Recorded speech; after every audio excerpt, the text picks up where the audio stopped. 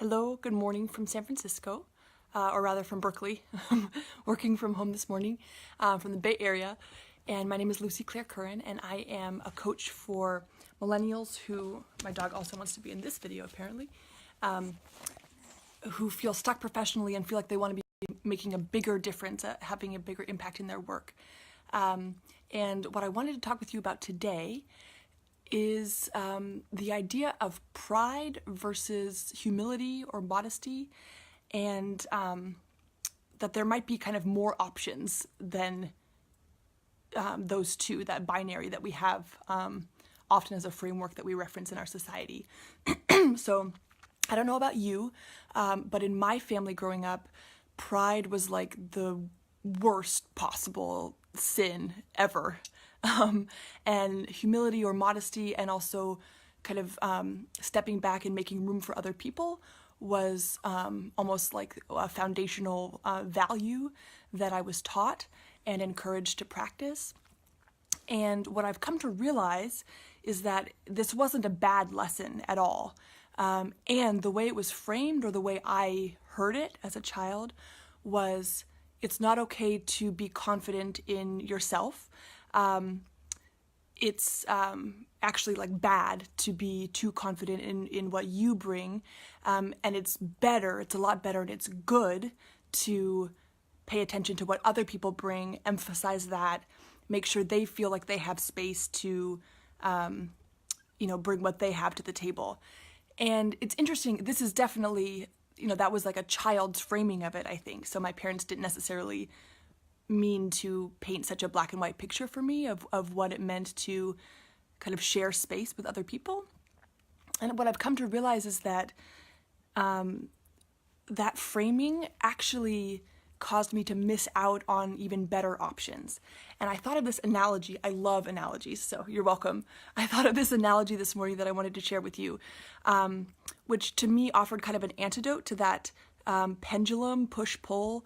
I think that a lot of us can relate to not wanting to be arrogant or conceited, and yet sometimes the way that manifests is that we hide, or we almost like condescendingly try to open up space for other people even if they didn't ask us to do that, or we are really self-deprecating, or even like shame ourselves. It's like, if I shame myself and make myself small, then maybe you'll feel better about yourself. It's like this weird thing that comes up when we are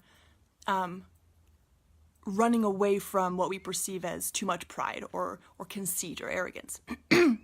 So what I was thinking about was that I know that I have value that I bring to the table, and I know that I only have a piece of what's possible. It's like I have one ingredient. And so the analogy that I thought of was, let's say that I have a really nice head of lettuce. It's like, it's fresh, it's organic, I just grew it in my garden, so I'm like super excited about it. And I could even say I'm proud of this lettuce, right? It's like, oh my gosh, I am so excited that I have this to offer. And in fact, I'm excited to share it, right? So it's like, I have this great ingredient, and I can also see that if I want a really fulfilling salad, I might need some other ingredients, right? So I go out into the world with my beautiful head of lettuce. It's like, red leaf or whatever kind of lettuce you like. I really like red leaf lettuce. So I have this great ingredient, and I go out into the world and I talk about it, right? I'm like, hey guys, anyone up for a salad, right? It's like, I'm super hungry. Is anyone else hungry? And I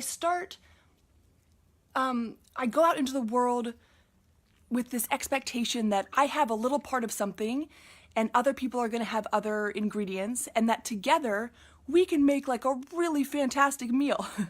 and probably other people are hungry too, right? So I can feel proud that I have like an element of this salad to offer, and then maybe someone else is like, oh my gosh, I've been wanting a salad, like this is so crazy, I have like tomatoes. And I'm like, what? You have tomatoes? That's awesome. Like, let's make something together. And then someone else is like, I have cucumbers. And we're like, oh my God, this is so exciting. So basically, you see where I'm going with this, that it sort of makes the paradigm of like pride versus modesty kind of obsolete. Like, it becomes so clear that there's like a healthy confidence that I can have in what I bring to the table that has nothing to do with diminishing someone else, or I don't have to diminish myself to make sure other people feel okay, because I'm only in charge of the lettuce. Like, I can't make the whole salad myself. And so the like pride, as in like, oh, like I'm the salad maker, sort of becomes pointless. It's like, there's something better that's available to us here. Why are you being weird about it? Or why are you like posturing and thinking that you have it all? So I guess the point here, I mean, you probably see it. I just have been thinking a lot about how we often get stuck in our society on like, oh, I don't want to be too proud, or I don't want to be too big, or what if I don't have enough to offer? It's like we all have something to offer. That's kind of the point. It's like no one else can do our part for us, so that's our responsibility, and none of us has to do all of it, nor can we do all of it. So I leave you with that. If you don't like salads, then you'll have to think of another analogy. I'm sorry. But I think that so often in my life, the coolest things that I have been part of or have helped to create are when I get really clear on what my best offering is, and I go out into the world and I talk about it just with excitement because I feel excited about it, and then see what's possible, and combine forces with other people, and we end up creating something that none of us could have envisioned was possible beforehand. So go out and make some salads, and have a really good day, and greetings from the Bay Area, and be well. Okay, again, I'm Lucy Claire Curran.